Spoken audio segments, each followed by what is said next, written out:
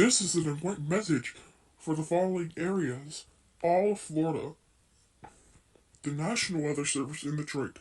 Pontiac has issued a tornado warning for all of Florida. There are no other states being hit by the storm.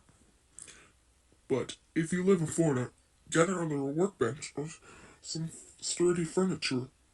The safest place to be during a tornado is a basement. Seek shelter now. Hazard tornado. Source radar indicated. Impact. Flying debris will be dangerous to those caught without shelter. Mobile homes will be damaged or destroyed. Damage to roofs, windows, and vehicles will occur. Tree damage is likely. No other areas are affected by this other than all of Florida. Repeating, a tornado warning remains in effect for the following for all of Florida. Uh, uh, uh. No.